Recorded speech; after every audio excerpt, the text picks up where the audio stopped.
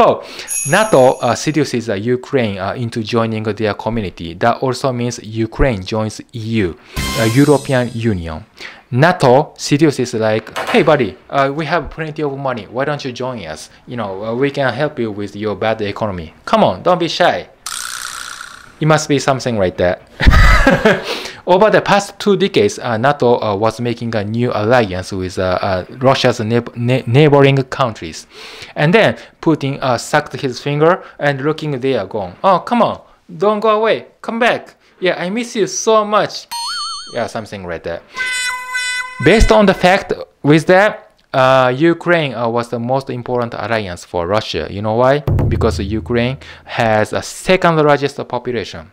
Yeah, Ukraine is number 2, folks. Just like a vice president. So invasion of Russia is, in other words, the problem. Like like you lose your vice president out of your sight or take him back. Russia is saying, if you betray me, are you gonna pay back for it? Yeah, this is what's happening to them. So overall, Russia is trying to obtain buffer zone, as I told you, and trying to stop Ukraine joining NATO at any cost.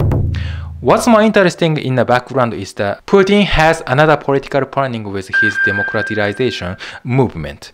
I'm not sure what you think about the impression of Putin, but in my personal opinion, Putin wants to have a long-term presidential administration that has to sort of autocracy regime in a good way. Okay, you know what I'm saying, right? Because he wants to control his entire country. More like you look at the Orange Revolution happened in Ukraine in 2004. There was also a drastic movement over the controversial argument on whether Ukraine should join EU or depend on natural resources from Russia.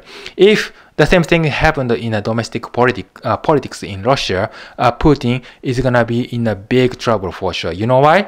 Here, the big threat of democratization in Russia is that it's getting so hard for Putin to maintain his administration for the long period of time once Russia is democratized. As I went over with Putin's biography, I have realized that Putin is a super incredible person. You know what's going on with him? He's been president of Russia for 22 years, right? Before then, he was not popular. Yeah, within 3 years, he became a president. That's a big promotion. He's from KGB, which stands for the main security agency for the Soviet Union. He was a spy like James Bond. Once he got promoted as a president, he made a solid connection with a business oligarch. If you don't know what oligarch stands for, let me just outline the definition of oligarch. Because I don't know either. A business oligarch is generally business magnate who controls sufficient resources to influence national politics. So oligarch people are rich. That's enough to know for now. Those rich people gave young Putin the position as a president, and they attempted to control Russia because they had a strong power. However, Putin was not an easy guy. You know what happened to him? Yeah, Putin counterpunched them. He arrested them for tax evasion and avoidance. The major campaign he made at the moment was that he nationalized many natural resources industries that oligarch owned and started controlling them. So almost half of Russian industrial outputs were in the hands of corporations who are now under state's control. Oh my god. That's so intense. But I'm not done talking yet, okay?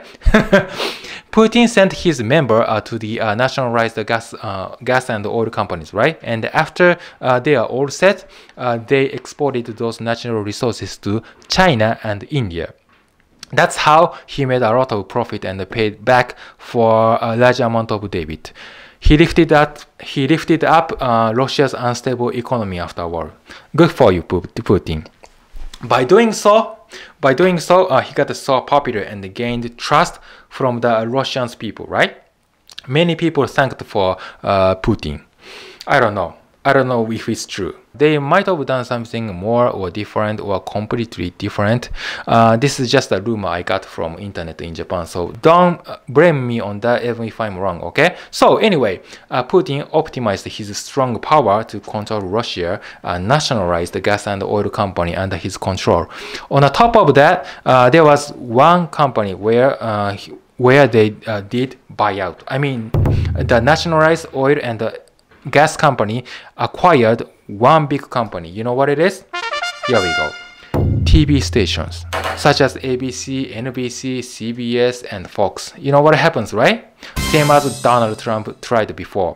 The TV station were criticized for Putin is gone. That's awful. When the economy is the best in the world and the TV broadcasts you the only good things about him, you trust him so much. But the trust he earned from you doesn't last forever because the presidency has to be changed every 4 years. Even if he serves 8 years in a second term in total, Putin doesn't still want that because he wants to serve his presidency for more long time. So what he did was he granted his presidency to Medvedev once. Putin downgraded as a vice president and then redeemed his presidency back again so that he can continue his service more longer, right? Very tricky tactic, but that's what happened in Russia. If I just point out one thing about what he has to do from now on, it's about IT. Every single one of you guys is allowed to have a smartphone right here. Yeah, smartphone got so popular in the world during 2010s. So internet went viral. All people now have access to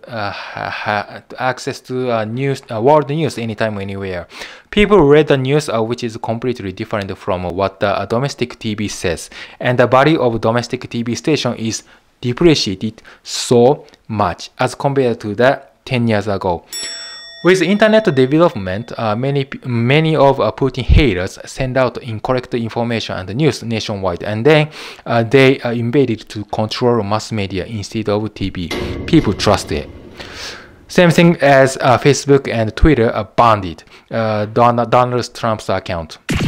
Right? So if this happens to Putin in the same way, even Putin is gonna have so much hard time controlling it.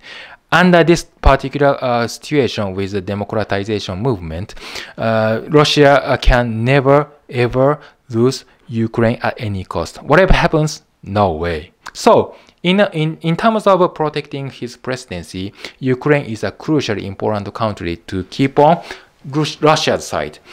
Again, let me repeat this because it's a core value of today's video. Okay, once Ukraine is democratized by EU, Russia is over. If Ukraine joins NATO, Russia will be corrupted in no times. I hope you understand me. Better or worse, you decide. It's up to you. For the next video, I'll update what Ukraine thinks about Russia and how America is gonna make a next movement. I'll talk about the details on that. Please look forward to it. So thanks for watching. Later.